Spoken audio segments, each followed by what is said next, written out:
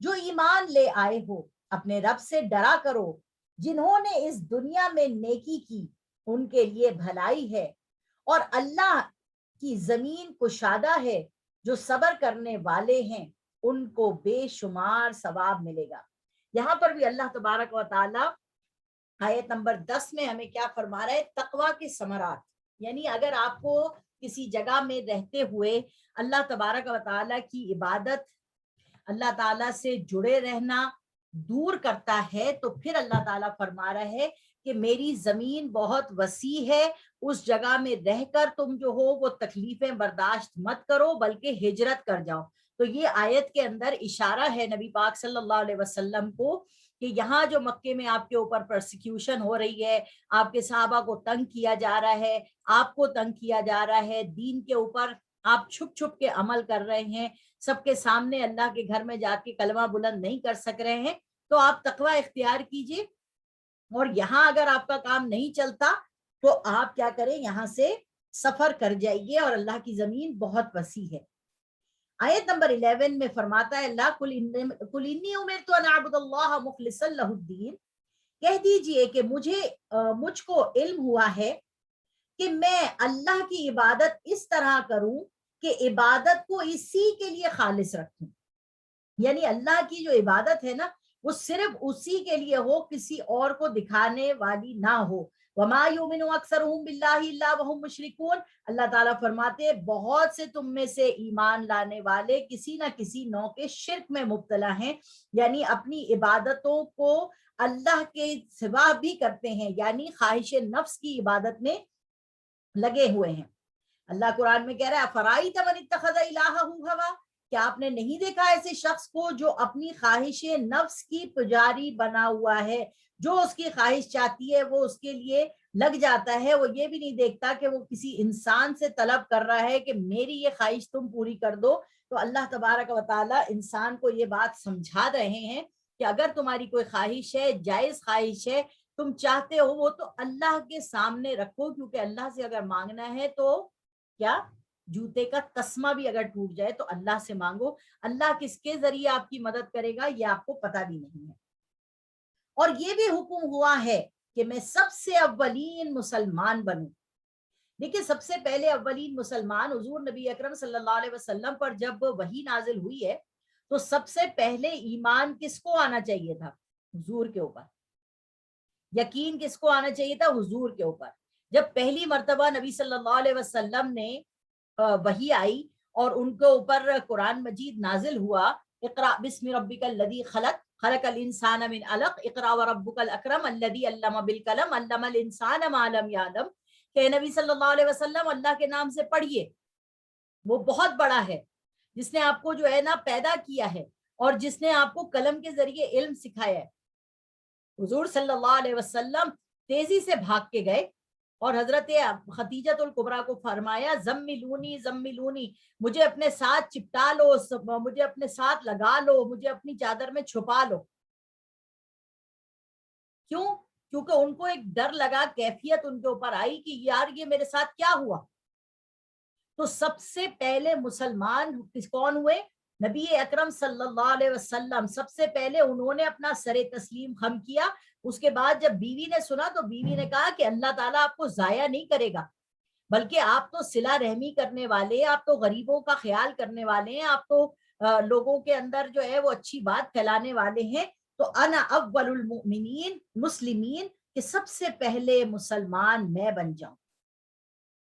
کہہ دیجئے کہ میں ڈرتا ہوں کہ اگر میں اپنے رب کا حکم نہ مانوں تو مجھے بڑے دن کے عذاب کا بہت بڑا اندیشہ ہے۔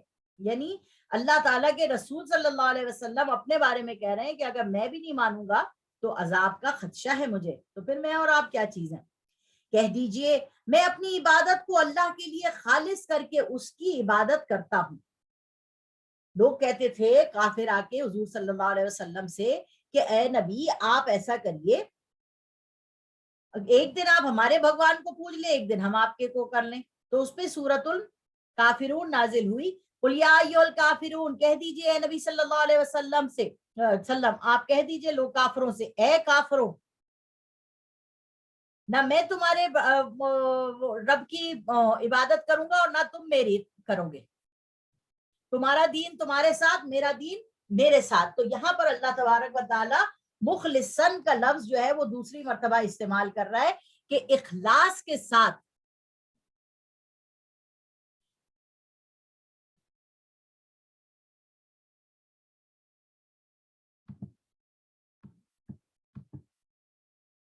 کہ اخلاص کے ساتھ جو ہے اے نبی صلی اللہ علیہ وسلم آپ نے جو ہے نا وہ کام کرتے چلے جانا ہے.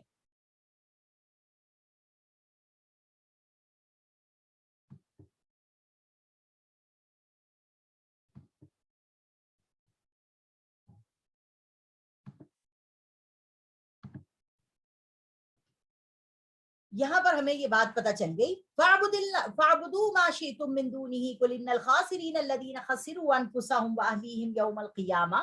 اب ہم آ گئے ہیں آیت نمبر 15 میں.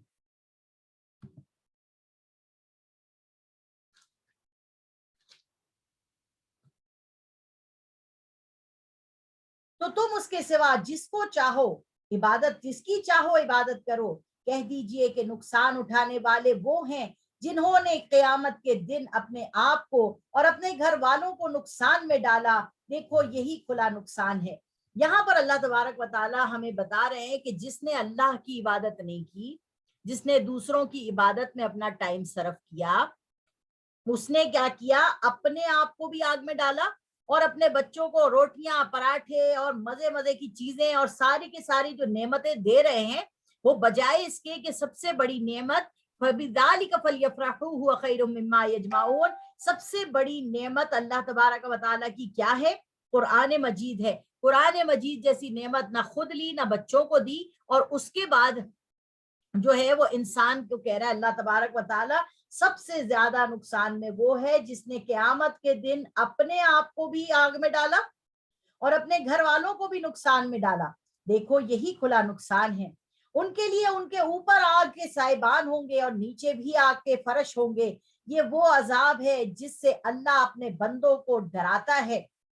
اے میرے بندوں مجھ سے ڈرو، یا عبادی فاتقون. اللہ تبارک و تعالیٰ کہہ رہے اے میرے بندوں مجھ سے ڈرو.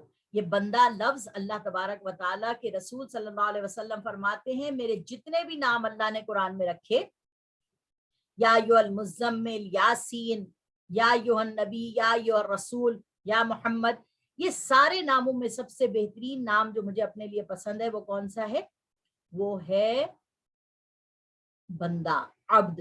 اللہ تعالیٰ انہی لفظ سے ہمیں اور آپ کو پکار رہے ہیں یا عبادی فاتقون، کہ مجھ سے ڈرو اے میرے پیارے بندوں. والذین اجتنبوا الطاغوت ان یعبدوها وانابوا الی اللہ لہم البشریٰ فبشر عباد. اور جنہوں نے اس سے پرہیز کیا کہ وہ بتوں کو پوجیں اور اللہ کی طرف رجوع کیا کرے، ان کے لیے خوشخبری ہے. تو آپ میرے ان بندوں کو خوشخبری سنا دیجئے. یہاں لفظ آ رہا ہے طاغوت. طاغوت کسے کہتے ہیں؟ طاغوت جو ہے وہ نظر آنے والا شخص ہے اور چھپا ہوا بھی ہے. نظر آنے والا شخص کیا ہے؟ کہ طاغوت جو ہے وہ کہتے ہیں شیطان کو اور شیطان کے گروہ کو، جسے اللہ قرآن میں کہہ رہا ہے من الجنتی والناس، انسانوں میں سے بھی طاغوت ہے اور جنات میں سے بھی طاغوت ہیں.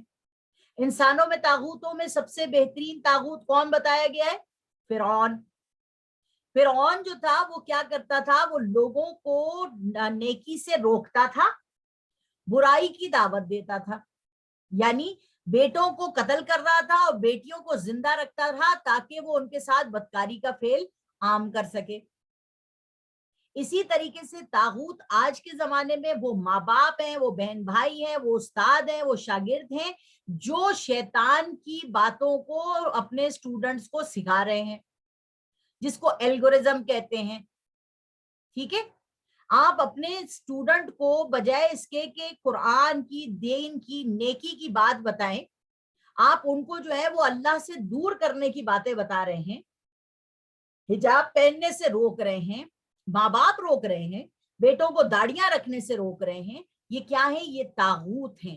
یہ طاغوت کے لیے اللہ کہہ رہا ہے آیت الکرسی کے اینڈ میں کہ یہ طاغوت تمہیں روشنی سے، اللہ کے نور سے نکال کر اندھیروں میں لے آئیں گے، اور جو لوگ اندھیروں میں جائیں گے تو پھر وہ قرآن قیامت کہہ رہا ہے کہ اللہ تبارک و تعالیٰ کہہ رہے ہیں لما حشرتنی اعمیٰ وقد کنت بصیرا، قیامت کے دن جب وہ اندھے اٹھائے جائیں گے تو وہ کہیں گے اللہ ہم تو دنیا میں دیکھتے تھے، تو نے ہمیں اندھا کیوں اٹھایا؟ تو اللہ تبارک و تعالیٰ فرمائیں گے کہ تم نے میری آیات کو بھلا دیا قیامت دنیا میں، تو میں نے آج تمہیں بھلا دیا۔ تو اللہم حفظنا منہم، اللہ تعالیٰ ہماری حفاظت فرمائے طاغوت سے اور ہمیں طاغوت بننے سے بچائے۔ الذین یستمعون القول فیتبعون احسنہ، آیت نمبر 18۔ اچھا اور برا کردار یہاں بتایا جا رہا ہے۔ اچھا کردار کیا ہے کہ ان لوگوں کو خوشخبری ہے، ان مسلمان لوگوں کے لیے خوشخبری ہے کہ جو اپنی ہر بات کو کان لگا کر سنتے ہیں، پھر اس کی اچھی باتوں کی پیروی کرتے ہیں، تو یہی وہ لوگ ہیں جن کو اللہ نے ہدایت کی اور یہی عقل والے ہیں۔ یعنی اللہ تبارک و تعالیٰ کہہ رہے ہیں کہ یہ مومن کی گمشدہ میراث ہے، علم جو ہے وہ مومن کی گمشدہ میراث ہے، جہاں سے بھی تمہیں مل رہا ہے اسے لے لو۔ تو جہاں سے بھی تمہیں مل رہا ہے اسے لے لو، تو پھر کیا مطلب ہوا اس بات کا؟ یعنی اللہ تبارک و تعالیٰ مجھے بھی اور آپ کو بھی ایک بات یہ سمجھانے کی کوشش کر رہا ہے کہ تمہیں یہ جو بات قرآن کی سن رہے ہو یا کہیں سے بھی تم اچھی بات سن رہے ہو، تو تمہیں کیا کرنا چاہیے؟ تمہیں چاہیے کہ اس کی بات کو سنو، اپنے دماغ میں چرن کرو، اس کے بعد جو اس کی اچھی چیزیں ہیں ان کو لو اور اس پہ عمل کرو، ریسرچ کرو اور عمل کرو، ریسرچ کرو اور عمل کرو۔ اللہ فرما رہے ہیں اولئک الذین ھداھم اللہ واولئک ھم اولو الالباب، جو اچھی بات کی پیروی کرتے ہیں تو یہی وہ لوگ ہیں جن کو اللہ نے ہدایت کی اور یہی عقل والے ہیں۔ بھلا جس پر عذاب کا حکم ہو چکا تو کیا آپ اس کو جھڑا سکتے ہیں جو دوزخ میں ہے؟ تو جس کو اللہ تعالیٰ جہنم میں ڈال دینا تو پھر اسے کوئی چھڑا نہیں سکتا۔ لیکن جو لوگ اپنے رب سے ڈرتے ہیں ان کے لیے بالا خانے ہیں، جن کے اوپر اور بالا خانے ہیں جو بنے ہوئے ہیں، تیار ہیں، ان کے نیچے نہریں بہ رہی ہیں۔ یہ اللہ کا وعدہ ہے، اللہ وعدے کے خلاف نہیں کرتا۔ اب دیکھیے یہاں پر بہت سارے لوگوں کو ہوتا ہے اللہ بھیا نے جنت تیار بھی کر دی اور وہ بالا خانے ابھی تک موجود ہے۔ بالا خانے مینز کیا ہے؟ جیسے برج خلیفہ بنایا، ایک کے اوپر ایک، ایک کے اوپر ایک بلڈنگ بنی ہے۔ اسی طرح اللہ تبارک و تعالیٰ فرماتے ہیں صاحب قرآن، حافظ قرآن سے، اقرا ورتقی ورتل کما ترتل فی الدنیا ان منزلک عند آخر آیت تقرأها۔ اے حافظ قرآن، اے صاحب قرآن، تو پڑھتا جا اور چڑھتا جا، جہاں تیری آخری منزل آئے گی، جہاں تیری آخری آیت پڑھی جائے گی وہ تیری آخری منزل ہوگی۔ ٹھیک ہے، یہاں اللہ تبارک و تعالیٰ فرما رہے ہیں کہ ہم نے پورے وہ بالا خانے بنائے ہوئے ہیں، ان کے نیچے سے نہریں بہ رہی۔ آپ کو پتہ ہے جب دنیا میں مجھے اور آپ کو اللہ تبارک و تعالیٰ نے بھیجا تھا نا، تو اللہ تعالیٰ فرما رہے ہیں وَلَمْ يَرَ الَّذِينَ كَفَرُوا أَنَّ السَّمَاوَاتِ وَالْأَرْضَ كَانَتَا رَتْقًا فَفَتَقْنَاهُمَا۔ اے کافروں، کیا تمہیں پتہ نہیں کہ دنیا جو تھی وہ ایک بال نما چیز تھی، ہم نے انہیں بلایا اپنے پاس اور ہم نے اس میں بگ بینگ کیا۔ وہ بگ بینگ جو ہوا اس کے بعد 7 آسمان بنائے، اس سے 7 زمینیں بنائیں، اس سے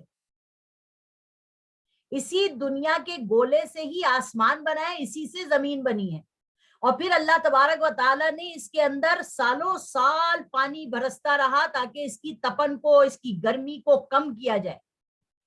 اس کے بعد اللہ تبارک و تعالیٰ نے اس زمین کے اندر تمام چیزوں کو سجا دیا، باغ لگا دیے، اللہ نے اس کے اندر جانوروں کو پھیلا دیا، اللہ تبارک و تعالیٰ نے اس کے اندر ہر چیز ریڈی رکھی تھی، یہاں تک کہ اللہ تبارک و تعالیٰ نے انسان بنائے اور اسے خلیفہ کہا، اور خلیفہ کہا اور اللہ تبارک و تعالیٰ نے اس انسان آدم علیہ السلام کو اس دنیا میں بھیج دیا۔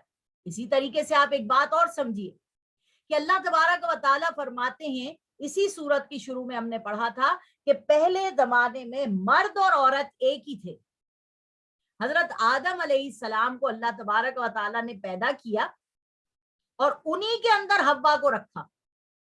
حوا کے لیے الگ سے مٹی گوندی نہیں گئی ہے, الگ سے مٹی زمین سے لائی نہیں گئی ہے, بلکہ اسی مٹی کو جس کو اللہ نے آدم علیہ السلام کے لیے گندوایا, جس سے آدم علیہ السلام کو پیدا کیا, اللہ تبارک و تعالیٰ نے جب جنت میں حضرت آدم علیہ السلام کو رکھا تو آدم علیہ السلام جب بور ہو رہے تھے تو انہوں نے اللہ سے خواہش کی, اے پروردگار عالم تو مجھے کوئی ساتھی عطا فرما. اللہ تبارک و تعالیٰ نے انہی کی پسلی سے حضرت حوا کو پیدا کر دیا. یعنی مرد کے اندر سے اللہ تبارک و تعالیٰ نے عورت کو نکال دیا. اب یہاں پر دیکھیے اللہ تعالیٰ کتنی قدرت کاملہ رکھتا ہے کہ بغیر ماں باپ کے اللہ تبارک و تعالیٰ نے آدم علیہ السلام کو پیدا کیا. اسی طرح سے اللہ تعالیٰ نے دنیا میں ایک چیز دکھائی, ان مثل عیسیٰ عند اللہ کمثل آدم خلقہ من تراب ثم قال له کن فیکون. جیسے آدم علیہ السلام کو اللہ نے بغیر ماں باپ کے پیدا کیا, اللہ تبارک و تعالیٰ نے جیسے حضرت آدم کی پسلی سے حضرت حوا کو پیدا کیا, اسی طرح سے حضرت مریم کے اندر سے حضرت عیسیٰ علیہ السلام کو بیٹا بنا کے پیدا کیا. اور قرآن کہہ رہا ہے ان مثل عیسیٰ, کہ عیسیٰ کی مثال ویسے ہی ہے جیسی آدم کی مثال. یعنی اللہ نے مرد کے اندر سے عورت کو بھی پیدا کیا, اور عورت کے اندر سے جب مرد کو پیدا کیا تو بیٹا بنا کے پیدا کیا, شوہر بنا کے پیدا نہیں کیا. مرد کے اندر سے جب عورت کو پیدا کیا تو بیوی بنا کے پیدا کیا, بیٹی بنا کے پیدا نہیں کیا. سبحان اللہ. غور تو کریں ہم لوگ قرآن مجید کی آیات کو, تو اللہ تبارک و تعالی ہمیں کیا کچھ سمجھاتا ہے بھلا جس پر. اچھا, اب یہاں پر اللہ تبارک و تعالیٰ کہہ رہا ہے ہم نے تمہارے لیے ساری چیزوں کو جنت میں بھی تیار کر رکھا ہے, صرف تمہارے جانے کی دیر ہے. اسی طرح مثال لیجئے, جب ہم کوئی دکان کھولتے ہیں تو ہم اس کو سجاتے ہیں, بناتے ہیں, اس کے اندر اتنا پیسہ انویسٹ کرتے ہیں. ہم کس لیے؟ تاکہ کسٹمر آئے گا. جب کسٹمر آئے تو کسٹمر کیئر کا آفس بھی ہونا چاہیے, اس کو ہر چیز جو ہے وہ جگہ پہ رکھی ہوئی نظر بھی آنی چاہیے تاکہ وہ ان چیزوں کو پرچیز کر سکے. اسی طریقے سے دنیا میں جو بھی عمل میں کرتی ہوں تو وہ آراز ہیں, وہ نظر نہیں آتے, مگر وہ ایک شکل لے لیتے ہیں جوہر کی. وہ جوہر کیا ہے؟ وہ نیکیاں بنیں گی ہماری جنت کے اندر جانے کے لیے, یا عذاب کا ایندھن بنے گی جہنم کے اندر جانے کے لیے. تو جب آپ نیکیاں لے کر پہنچیں گے اللہ تبارک و تعالیٰ کے پاس, اور جب آپ کوالیفائی کریں گے ان جنت الفردوس کے اعلیٰ مقاموں کے لیے, تو اللہ تبارک و تعالیٰ سے آپ کہیں گے الحمدللہ الذی ہدانا لہذا وما کننا لنہتدی لولا ان ہدانا اللہ. اے اللہ تمام تر تعریفیں تیری ہیں کہ تو نے مجھے ہدایت دی کہ میں یہاں تک پہنچ سکا. اور اللہ تبارک و تعالیٰ کہیں گے یہ تمہاری محنت ہے جو تم نے کی, دنیا میں تکلیفیں اٹھائیں, برداشت کی, اپنا ملک چھوڑا, اپنے گھر بار چھوڑا, اپنی اولادیں چھوڑی, شہادت کے درجے کو پہنچے, نیکی کے درجے کو پہنچے, توحید عملی کو سمجھ کے زندگی گزاری. اس لیے تمہیں یہ جنت کے بالے خانے دیے جا رہے جو تمہارے لیے آلریڈی ریڈی پڑے ہوئے, صرف تمہاری انٹرنس کی دیر ہے. کہ حضور نے فرمایا جو شخص آیت الکرسی پڑھتا ہے فرض نماز کے بعد, اس کے اور جنت کے درمیان صرف موت کا وقفہ ہے, وہ سیدھا ڈائریکٹ جو ہے وہ جنت میں چلا جاتا ہے. آگے اللہ تبارک و تعالیٰ فرما رہے ہیں, آیت نمبر ہے اس وقت ہم پڑھ رہے ہیں آیت نمبر 21. انسانوں کی زندگی کھیتی کی مانند ہے, کیا تو نے نہیں دیکھا کہ اللہ نے آسمان سے پانی برسایا, پھر اس کو زمین میں چشمے بنا کر جاری کیا, پھر اس سے کھیتی اگاتا ہے جس کے مختلف رنگ ہیں, پھر وہ خشک ہو جاتی ہے تو تم اس کو زرد دیکھتے ہو, پھر وہ اس کو چورا چورا کر دیتا ہے. بلا شبہ اس میں عقل والوں کے لیے نصیحت ہے. اللہ تبارک و تعالیٰ بتا رہا ہے کہ دیکھو پانی پیدا ہوا, پھر چشمے بنے, پھر اللہ تبارک و تعالیٰ کہہ رہا ہے کہ وہ مختلف قسم کی کھیتی نکلی, پھر اس کے اندر اللہ تعالیٰ کہہ رہا ہے وہ زرد ہوئی, پھر اس کے بعد اللہ تعالیٰ کہہ رہا ہے وہ چورا چورا ہو گئی. عقل والوں کے لیے نصیحت ہے. اسی طریقے سے دیکھیے حضور نے فرمایا میں پاک پیٹوں سے پاک پیٹوں کی طرف روا دوا ہوں, یعنی میرے جو اینسیسٹرز ہیں, میرے جو باپ دادا ہیں وہ بھی پاک ہیں. حضرت اسماعیل علیہ السلام کی اولاد میں جو سب سے زیادہ موحد لوگ تھے, موحد لوگ کون ہیں؟ جو اللہ تعالیٰ کو پوجنا چاہتے ہیں مگر کوئی کتاب نہیں آئی ہے اور ان کے دین کے اندر بت پرستی دوبارہ سے واپس آ گئی ہے, مگر انہوں نے بت پرستی نہیں کی, مگر اسی جگہ میں رہے. حضور نے فرمایا میں پاک پیٹوں سے پاک پیٹوں کی طرف آیا ہوں. یعنی انسان کے بننے کا نطفہ کیا ہے؟ نطفہ کس سے بنتا ہے؟ وہ بھی پانی کا قطرہ ہے. اب آپ اسی آیت نمبر 21 کو سمجھیں, پانی کا قطرہ کہاں سے میں پیدا ہوئی, کہاں میرا میاں پیدا ہوا, کہاں اللہ تبارک و تعالیٰ نے ہمیں جوڑا, پھر ہماری شادی ہوئی. اور اللہ تعالیٰ کیا کہہ رہے ہیں کہ عورتیں تمہاری کھیتیاں ہیں, جہاں سے چاہو جاؤ. ٹھیک ہے, تو جب عورت کو اللہ نے کھیتی کہا ہے تو انسان اپنی حلال کی طیب پاکیزہ اولاد کے لیے جب اپنی بیوی کے قریب جاتا ہے تو مختلف قسم مختلف رنگ کے پودے نکلتے ہیں. ایک ہی ماں باپ کے بچے مختلف قسم کی ان کے اندر صلاحیتیں ہوتی ہیں, مختلف قسم کے ان کے اندر ہنر ہوتے ہیں, مختلف قسم کی ان کی جو ہے وہ سوچ سمجھ ہوتی ہے.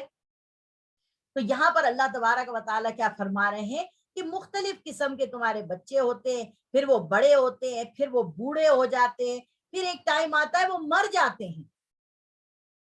جب وہ مر جاتے ہیں چورا چورا ہو جائیں گے جا کے قبر کے اندر, ان کے سارے پارٹیکلز الگ ہو جائیں گے, پھر اللہ تبارک و تعالیٰ ان کو دوبارہ سے زندہ کرنے پر قادر ہے. تو ان فی ذالک لذکری لاولی الالباب, بلا شبہ اس میں عقل والوں کے لیے نصیحت ہے. جیسے پلانٹ کی لائف ہے اور وہ چورا چورا ہو کے ختم ہو جاتی ہے, اسی طرح انسان کی لائف ہے. آیت نمبر آ رہی ہے 22, یہ بڑی خوبصورت آیت ہے. افمن شرح اللہ صدرہ للاسلام فہو علی نور من ربی فویل للقاسیۃ قلوبہم من ذکر اللہ. کیا فرما رہا ہے یہاں پر اللہ تبارک و تعالی کہ کیا اللہ نے جس کا سینہ اسلام کے لیے کھول دیا ہو اور وہ اپنے رب کی طرف سے روشنی پر ہو, یعنی کیا مطلب ہے؟ یہاں پر آپ دیکھیے پچھلی صورت میں ہم نے سلیمان علیہ السلام کے لیے کیا پڑھا تھا؟ ہم نے یہ پڑھا تھا کہ سلیمان علیہ السلام کی سینے کو اللہ نے کشادہ رکھا, حضرت داؤد علیہ السلام کی سینے کو کشادہ رکھا. جب غلطی ہوئی, جب فوراً رجوع کر لیا, اور اللہ تبارک و تعالیٰ کہہ رہے ہیں کہ جب غلطی ہو جائے تو دل جو ہے نا وہ اداس ہونا چاہیے, دل پریشان ہونا چاہیے. نماز اگر آپ کی چھٹ گئی ہے تو آپ کو اس بات کی پریشانی ہونی چاہیے کہ ہائے میری نماز چھٹ گئی, اب میں کیا کروں گا.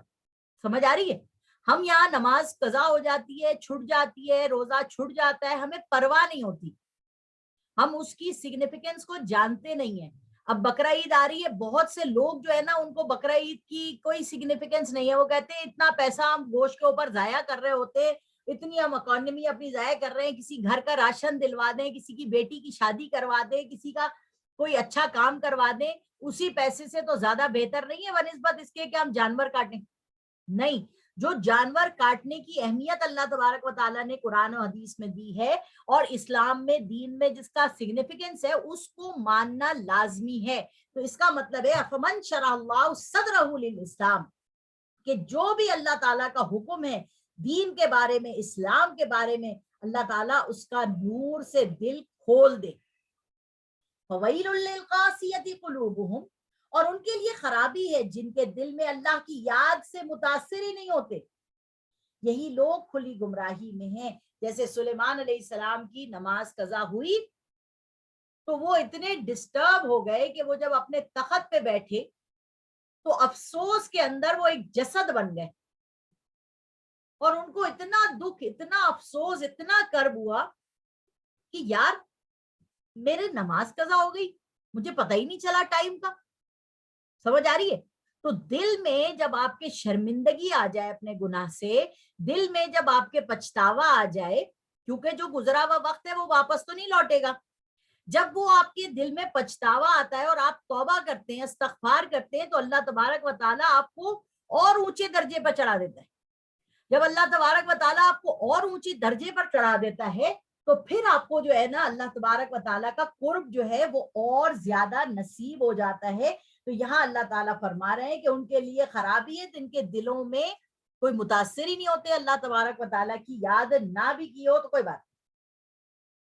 اللہ تعالیٰ فرما رہا ہے آیت نمبر 23 میں، اللہ نزل احسن الحدیث کتابا متشابہا مثانیہ تقشعر منہ جلود الذین یخشون ربہم ثم تلین جلودہم وقلوبہم الی ذکر اللہ۔ اللہ نے نہایت اچھا کلام نازل کیا ہے، یعنی کتاب جس کی آیات باہم ملتی جلتی ہیں، بار بار دہرائی جاتی ہیں، جس سے ان لوگوں کے رونگٹے کھڑے ہو جاتے ہیں جو اپنے رب سے ڈرتے ہیں۔ اللہ تبارک و تعالیٰ فرما رہا ہے کہ قرآن مجید کو اگر ہم سنیں، دل کی گہرائی سے سنیں، دل کی آنکھ سے سنیں، تو ہمیں کیا ہے، وہ قرآن کو سن کے ہمارے دل جو ہے وہ ہلکے ہو جاتے ہیں، ہمارے بوجھ جو ہے وہ ہلکے ہو جاتے ہیں۔ بہت سے لوگ ہیں جو کہتے ہیں کہ بھائی ہم قرآن نہیں سنیں گے، ہم آپ کا لیکچر نہیں سنیں گے، اس لیے کیونکہ عمل کرنا پڑے گا۔ تو اگنورنس جو ہے وہ کوئی آپ کو بچا نہیں سکے گی۔ قیامت کے دن آپ اللہ تبارک و تعالیٰ سے کہتی ہیں کہ بھائی اللہ مجھے پتہ ہی نہیں تھا، تو اللہ کہے گا کیوں نہیں پتا تھا؟ فَلَنَسْأَلَنَّ الَّذِينَ أُرْسِلَ إِلَيْهِمْ وَلَنَسْأَلَنَّ الْمُرْسَلِينَ۔ ہم ضرور بضرور نبیوں سے پوچھیں گے اور ضرور بضرور ان لوگوں سے بھی پوچھیں گے جن کو ہم نے دین دیا تھا، کیا تم نے آگے پہنچایا نہیں تھا؟ تو آج تو دین کی بات کو سننا، سمجھنا، پہنچانا انتہائی درجے کا آسان ہو گیا ہے۔ تو جب انتہائی درجے کا آسان ہو گیا ہے تو آپ کہتی ہیں مجھے تو پتہ ہی نہیں تھا، تو وہ آپ کی اگنورنس وہاں پر نہیں لی جائے گی۔ اللہ تبارک و تعالیٰ یہاں پہ ہمیں بات بتا رہے ہیں، اور یہاں یہ بھی بات بتا رہے ہیں کہ یہاں اللہ تعالیٰ کی جو کتاب ہے نا وہ کہہ رہی ہے فیہ ذکرکم، تمہارا ذکر ہے اس قرآن میں۔ مثال کے طور پہ ایک انسان ہے، جیسے کل میرے اندر ایک دل میں خواہش آئی، ایک خواہش آئی کہ کاش میں جو ہے نا گھومنے جا سکوں، ہاں، اور میں جا کے مری نہیں، یہ کیلاش اور پتہ نہیں کون کون سی وادیاں ہیں بڑی خوبصورت جو کلام میں ادھر ادھر، تو میں یہاں جاؤں اور جا کے نا ان کو دیکھوں، مگر جب جیب میں دے گے تو پیسے ہی نہیں تھے۔ تو کیا چاہیے تھا کہ انسان کو اللہ کے آگے اپنی مشکل کو رکھنا چاہیے تھا، اپنی خواہش کو رکھنا چاہیے تھا، اپنے ذہن کو رکھنا چاہیے تھا کہ اللہ تو نے قرآن میں کہا ہے کل سیرو فی الارض فانظروا کیف کان عاقبۃ المکذبین، کہ اے انسان تم اپنے آپ کو جو ہے نا، اے لوگوں تم نے کیا کرنا ہے، تم نے جو ہے وہ اللہ تبارک و تعالیٰ کے لیے، اگر انسان جانا چاہتا ہے گھومنے کے لیے اور اللہ کی قدرتوں کو دیکھنے کے لیے، تو کس سے مانگنا ہے؟ انسان سے کہو گے کہ مجھے وہاں بھجوا دو، یا اللہ سے کہو گے اللہ میرے لیے انتظام کروا دو؟ جب کسی انسان سے تم اپنی ضرورت رکھو گے اور تمہیں نہ سننے کو ملے گا تو تمہیں دکھ ہوگا، افسوس ہوگا، کرب ہوگا۔ اور جب تم اپنی خواہش اللہ تعالیٰ سے رکھو گے تو اللہ تبارک و تعالیٰ فرما رہا ہے کہ مجھ سے نا امید نہ ہو، میں جب تمہارے لیے بہتر وقت، بہتر چیز، بہتر سامان سمجھوں گا، میں فوراً تمہارے لیے اس چیز کو مہیا کر دوں گا۔ ٹھیک ہے، تو یہاں پر اللہ تبارک و تعالیٰ مجھے بھی اور آپ کو بھی یہ بات بتا رہا ہے کہ مانگنا کس سے ہے؟ اللہ سے۔ خواہش کس سے رکھنی ہے؟ اللہ سے۔ جب آپ مانگیں گی اللہ سے، خواہش رکھیں گی اللہ سے، تو ساری چیزوں کو اللہ تبارک و تعالیٰ پوری فرمائے گا۔ اللہ نزل احسن الحدیث، یہ جو لفظ ہے نا، اللہ نے نہایت اچھا کلام نازل کیا ہے۔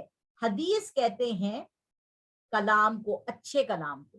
ہم نے یہ حدیث کا لفظ جو ہے وہ رسول اللہ صلی اللہ علیہ وسلم کی احادیث کے ساتھ منسلک کر دیا، جبکہ حضور کی احادیث کے لیے قرآن میں کبھی بھی لفظ حدیث استعمال نہیں کیا۔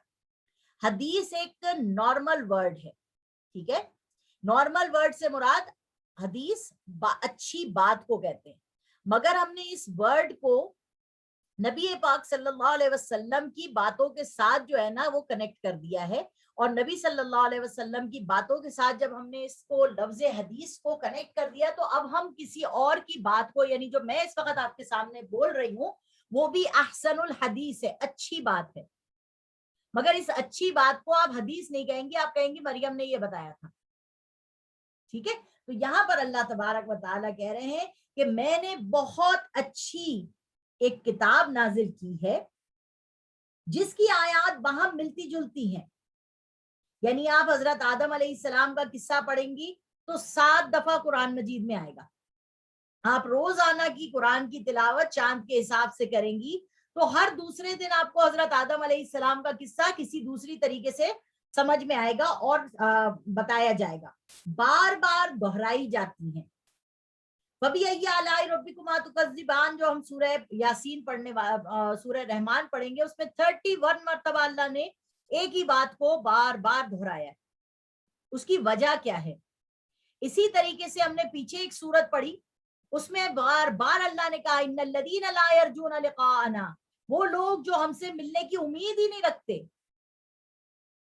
وہ لوگ جو ہم سے ملنے کی امید ہی نہیں رکھتے. بار بار اللہ تبارک و تعالیٰ نے ایک بات کو دہرایا ہے تاکہ انسان کو یہ بات سمجھ میں آئے کہ وہ جو ناشکری ہم کر رہے ہیں، ہمیں اللہ سے ملنے کی اگر امید ہوتی تو ہمیں پتا چلتا کہ ہم شکر کریں گے تو اللہ تبارک و تعالیٰ جنت میں اور زیادہ دے گا، اور اگر ہم ناشکری کریں گے تو عذاب شدید بھی ہمیں دیا جائے گا، جس سے ان لوگوں کے رونگٹے کھڑے ہو جاتے ہیں.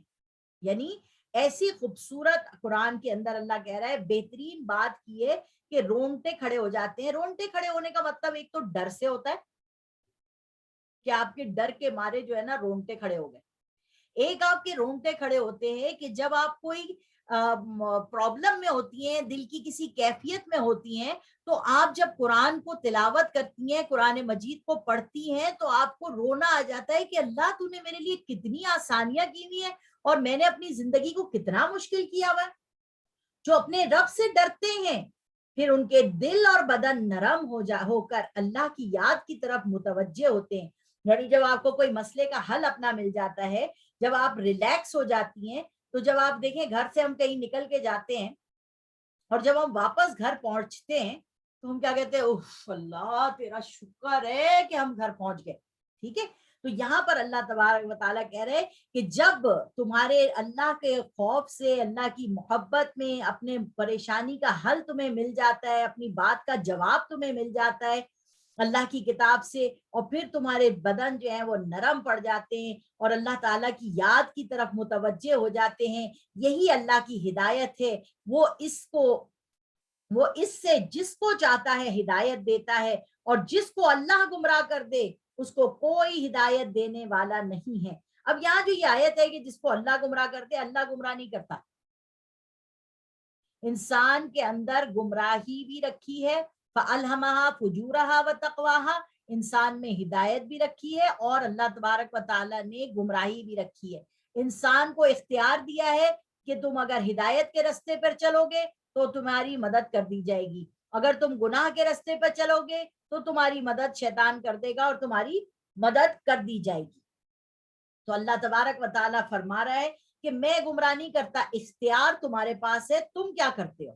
تبھی شیطان کہے گا میں نے تو تمہیں بلایا تھا، تمہارے پاس اختیار تھا، ایک وعدہ میں نے کیا تھا، ایک اللہ نے کیا تھا، تو تم اللہ کے وعدے کے پیچھے چلتے نا، کیوں آئے میرے پیچھے، میں نے تو بلایا تھا. آپ دیکھیے جب ہم بازار جاتے ہیں تو ہر سبزی والا سنڈے بازار میں ہمیں آواز دیتا ہے. کیا ہم ہر سبزی والے کے پاس پہنچ جاتے ہیں؟ یا جہاں پر ہم دیکھتے ہیں دور سے کہ یہاں میری وہ مطلب کی سبزی ہے جو مجھے خریدنی ہے تو ہم اس دکان کی طرف جاتے ہیں. تو یہاں پر بھی شیطان نے ہمیں اختیار اللہ نے ہمیں دیا ہوا ہے کہ تم کو کون سی چیز پسند آ رہی ہے. اور پھر اللہ تبارک و تعالیٰ مجھے بھی اور آپ کو بھی یہ بتا رہا ہے کہ دنیا کھیل تماشا ہے، تو اگر تم اپنے اندر کھیل تماشے کو بڑھاؤ گے تو تمہیں کھیل تماشے کی چیزیں پسند آئیں گی. اگر تم اللہ کے رسول کی محبت کو بڑھاؤ گے تو تمہیں وہ چیزیں اٹریکٹ کریں گی اور تم ان کی طرف جاؤ گے. آیت نمبر 24 میں فرما رہا ہے افمن یتقی بوجہہ سوء العذاب یوم القیامہ وقیل للظالمین ذوقوا ما کنتم تکسبون. کیا وہ شخص جو اپنے چہرے کو سپرد کرتا ہے سخت عذاب کی قیامت کے دن، اور ظالموں سے کہا جاتا ہے کہ اب مزے چکھو اس کے جو تم کرتے رہے تھے، تو کیا یہ اور ایسا نہ ہو برابر ہو سکتے؟ اب یہاں پر بھی آپ دیکھیے کہ اللہ تبارک و تعالیٰ فرما رہے ہیں کہ جب انسان کو اس کی نامہ اعمال دیا جائے گا تو بہت سے انسان اپنے ہاتھوں کو پیچھے کر دیں گے، سیدھے ہاتھ سے تو ان کو نہیں دیا جا رہا نامہ اعمال، ان کو الٹے ہاتھ میں دیا جائے گا، تو وہ اپنے ہاتھوں کو پیچھے کریں گے کہ ہم نہیں لے رہے رپورٹ کارڈ۔ دیکھتے ہیں نا بچے بھی ہمارے کرتے ہیں، ہم کوئی چیز دے رہے ہیں وہ ہاتھ پیچھے کر لیتے ہیں، تو اللہ تبارک و تعالیٰ ان کا رپورٹ کارڈ انہیں پیچھے سے پکڑوائے گا، وہ اتنا ہیوی ہوگا کہ ان کا دوسرا ہاتھ بھی جو ہے نا وہ پیچھے اس نامہ اعمال کو پکڑنے کے لیے جائے گا، اور تیزی سے گرم ہوا جو ہے جہنم کی اس کے چہرے کے سامنے چہرے پہ پڑے گی۔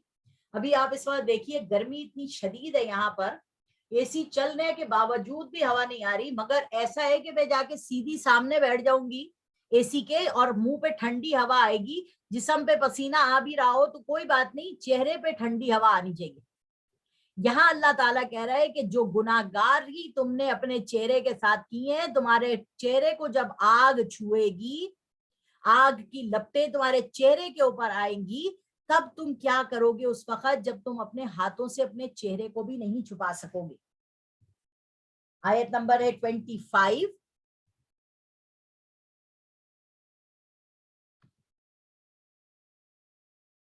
گمراہوں کا بدترین انجام اللہ تبارک و تعالیٰ یہاں پہ بیان کر رہے ہیں۔ جو لوگ ان سے پہلے تھے وہ بھی جھٹلاتے تھے، تو ان پر عذاب ایسی جگہ سے آیا جہاں سے ان کو خیال بھی نہ تھا، تو ان کو اللہ نے دنیا ہی میں رسوائی کا مزہ چکھایا، اور آخرت کا عذاب تو اور بھی بڑا ہے، کاش یہ جانتے بوجھتے سمجھتے۔ یعنی دیکھیے جو لوگوں نے جھٹلایا، پیچھے ہم نے سب کی نبیوں کی ناموں سے پتہ کیا ہے کہ قوم لوط پہ عذاب آیا، قوم سمود پہ عذاب آیا، قوم صالح پہ عذاب آیا، تو کیا ہوا؟ دنیا میں بھی وہ ذلیل ہوئے۔ کیسے کہ ہم دنیا میں آج ہم جب قرآن پڑھ رہے ہیں اور ہم ان کے بارے میں پڑھ رہے ہیں کہ وہ کس طریقے سے انہوں نے اپنے نبیوں کو تنگ کیا، تو ذلیل اور رسوا کیے گئے اور عذاب میں مبتلا ہوئے، تو ذلیل ہوئے نا دنیا میں بھی، اور آخرت میں بھی رسوا اور ذلیل ہوں گے۔ تو اللہ تبارک و تعالی حفاظت فرمائے میری بھی اور آپ کی بھی۔ تو ان کو اللہ نے دنیا میں ہی رسوائی کا مزہ چکھایا، اور آخرت میں تو اور بھی بڑا عذاب ہے، کاش یہ جانتے۔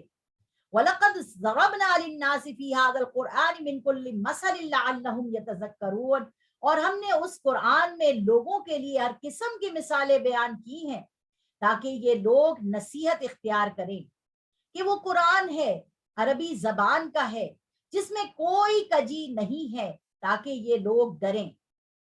اللہ نے ایک آدمی کی مثال بیان فرمائی جس میں کئی ضدی آدمی شریک ہیں، اور ایک اور شخص ہے جو پورے کا پورا ایک آدمی کا ہے، تو کیا ان دونوں کی حالت یکساں ہے؟ ساری تعریف اللہ کے لیے ہے، بلکہ ان میں اکثر نہیں سمجھتے۔ یہاں پر اللہ تبارک و تعالیٰ توحید عملی کی ایک اور مثال بیان فرما رہا ہے۔ توحید عمل کی ایک اور مثال کیا ہے کہ ایک بندہ جاب کر رہا ہے مثال کے طور پر، اور اس کے 4 باسز ہیں۔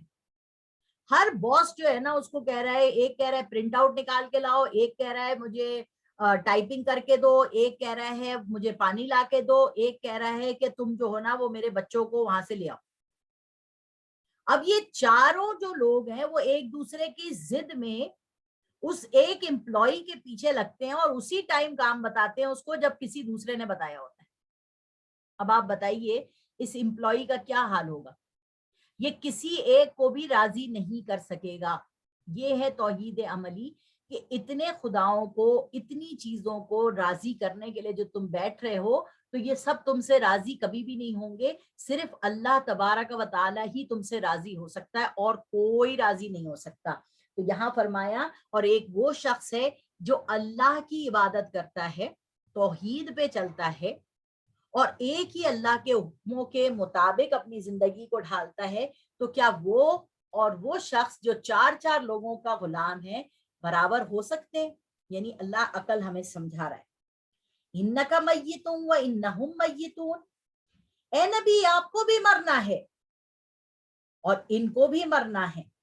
پھر تم قیامت کے دن اپنے رب کے سامنے مقدمات پیش کرو گے. یہ ہے مخالفین کے ساتھ کشمکش عارضی ہے. یعنی یہ جو عارضی طور پر ہمارے کو ایک کشمکش میں ہم پھنسنے والے ہیں، وہ اللہ تبارک و تعالی یہاں پر ہمیں بیان فرما رہا ہے. وآخر دعوانا ان الحمد للہ رب العالمین.